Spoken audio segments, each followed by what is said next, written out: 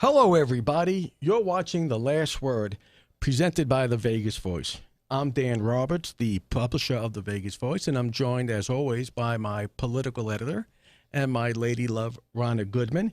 And our job is to talk about senior issues, everything that affects seniors in the city, in the state, all over the country. And hopefully this will be insightful and informative, and you'll learn something and have a good time. Rhonda.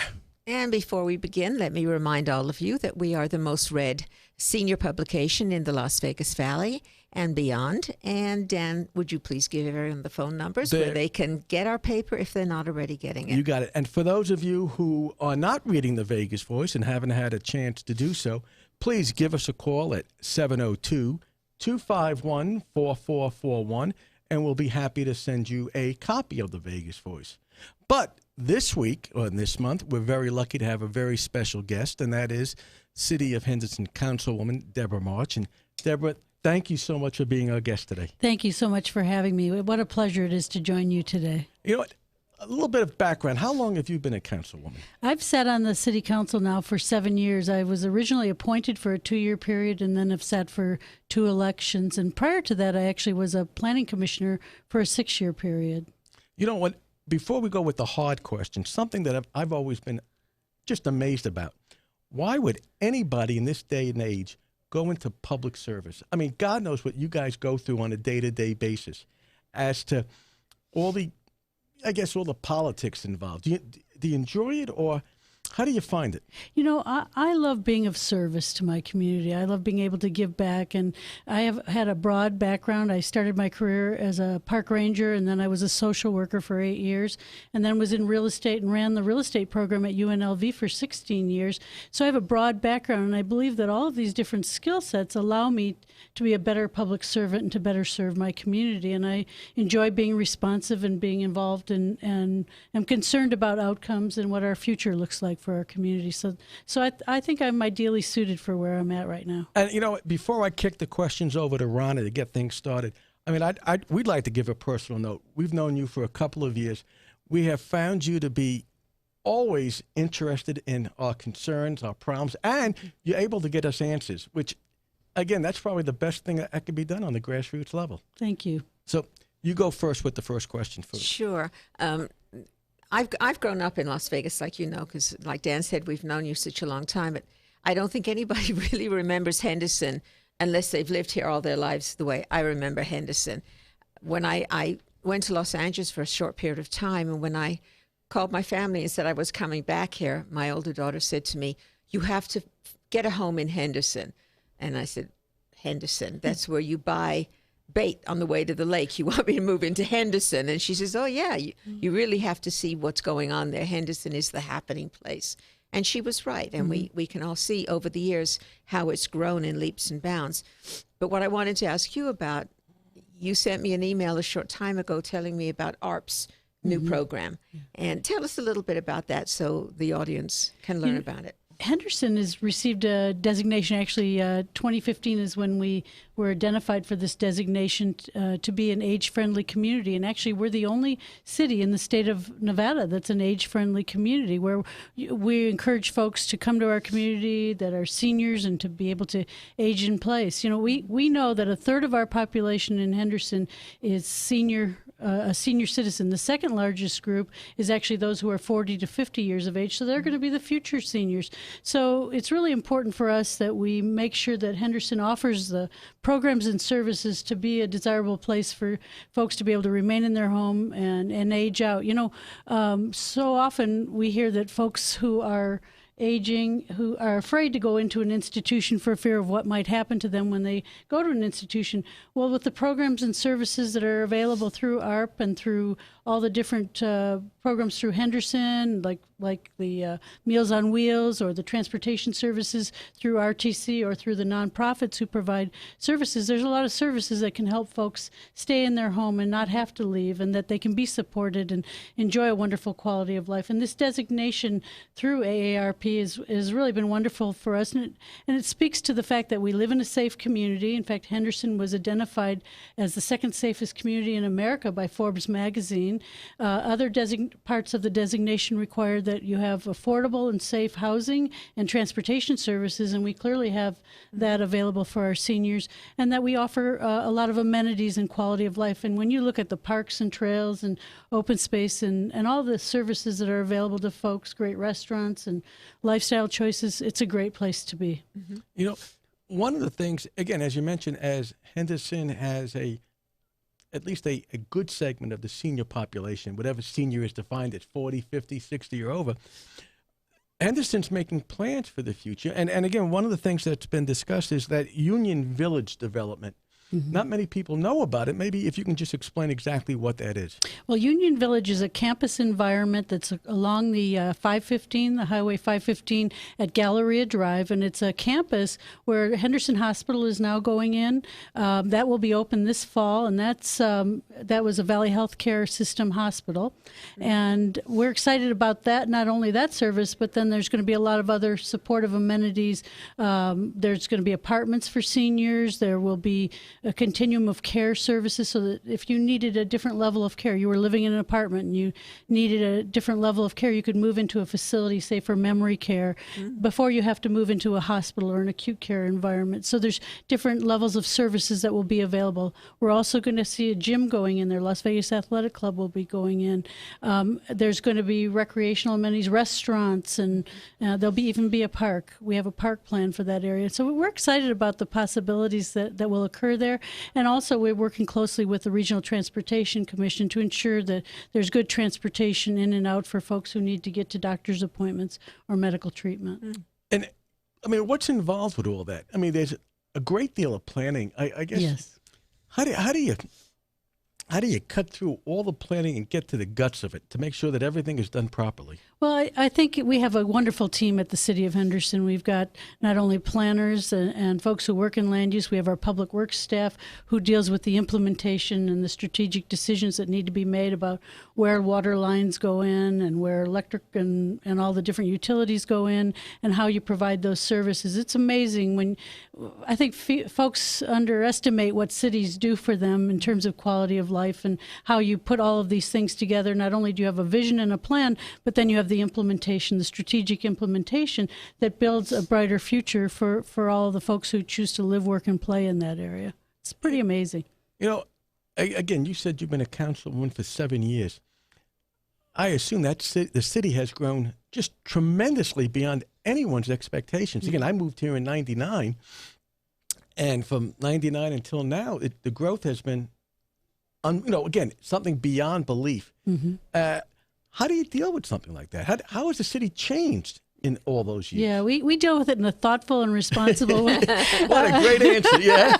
You know what? We know that by the end of this year, we're going to hit 300,000 residents. That's huge. That's incredible. We know also that in the last year, we grew by 8,000 residents. So planning for that, I mean, obviously there were some, because of the economic downturn, there was some availability of housing in the community, so we were able to absorb some of that housing that went into foreclosure and was in trouble.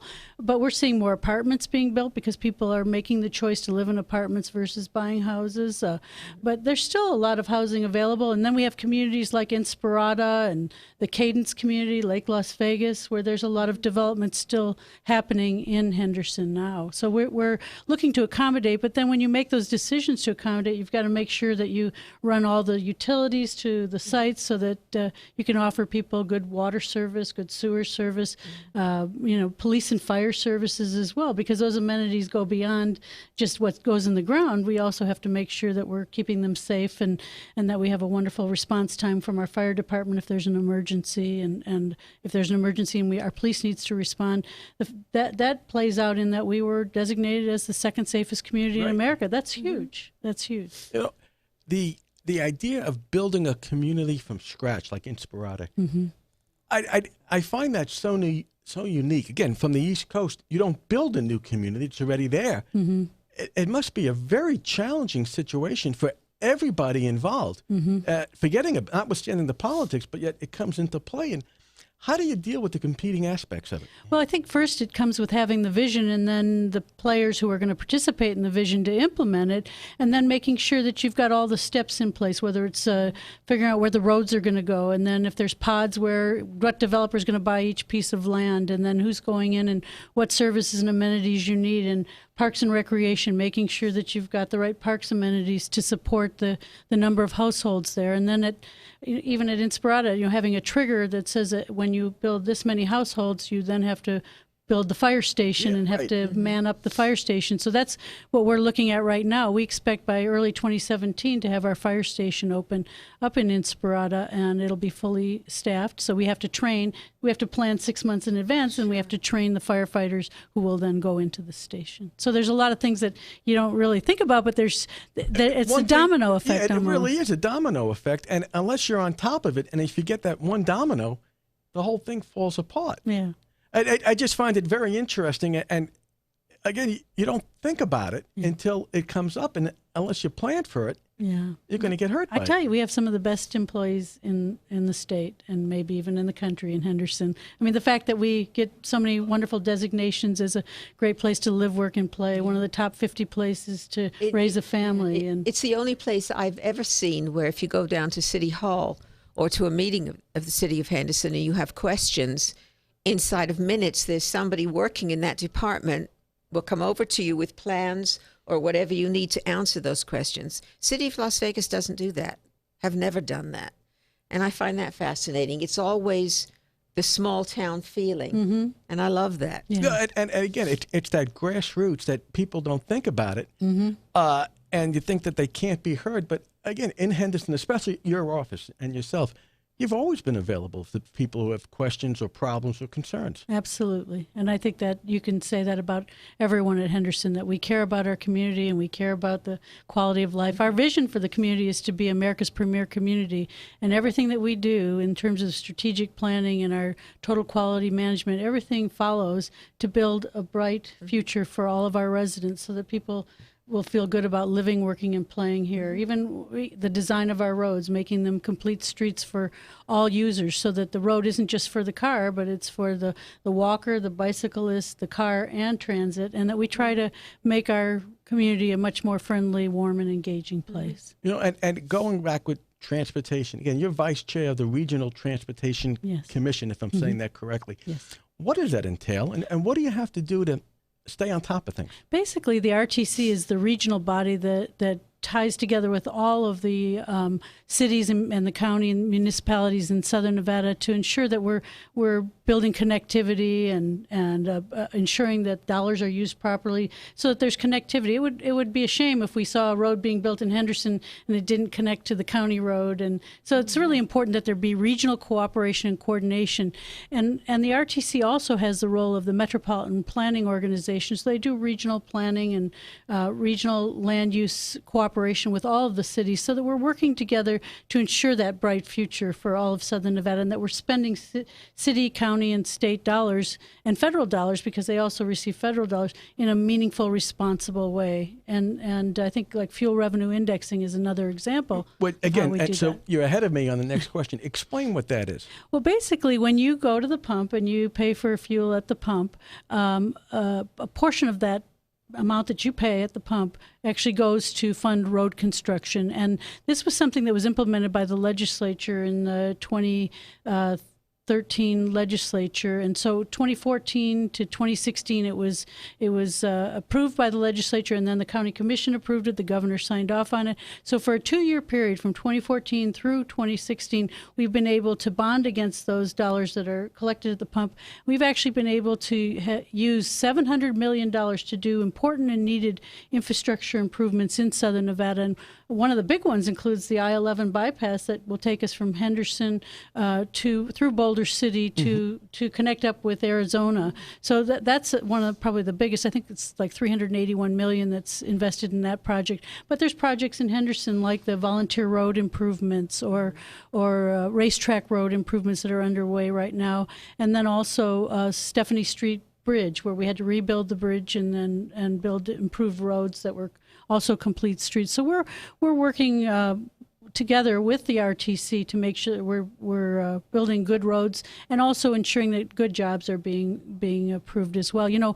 With this fuel revenue indexing, we've actually seen 9,000 jobs created in Southern Nevada, which has done huge things That's for phenomenal. getting the economy moving again. Yeah.